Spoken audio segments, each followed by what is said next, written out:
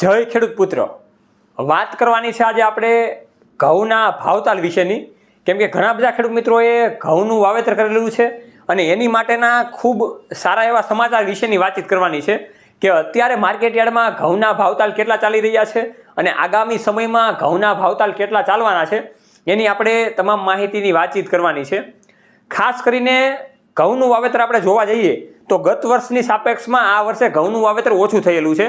તો આ વિડીયાને તમે છેલ્લે સુધી જોજો, જેથી કરીને તમને સચોટ માહિતીની ખબર પડે કે અત્યારે ગોંડલ જેવી નામાંકિત મોટી યાર્ડમાં અને બીજી ઘણી બધી યાર્ડમાં ઘઉંના ભાવ કેવા ચાલી રહ્યા છે અને કેવા ભાવતાલ રહેવાના છે. હું છું તમારી સાથે સાગર રાસડિયા, ખેડૂત પુત્ર.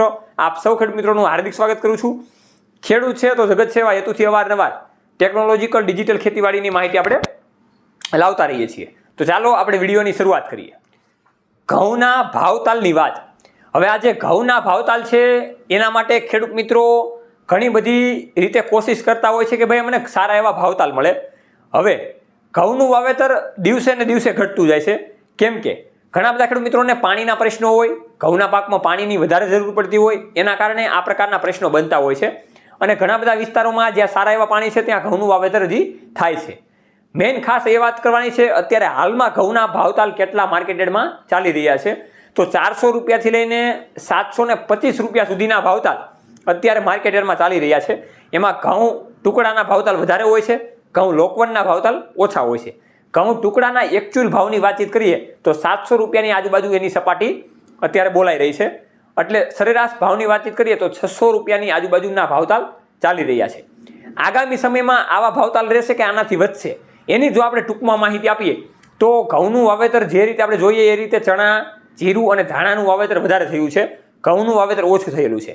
ઘઉંની માંગમાં વધારો રહેવાની શક્યતા અત્યારે માર્કેટને જોતા લાગી રહી છે.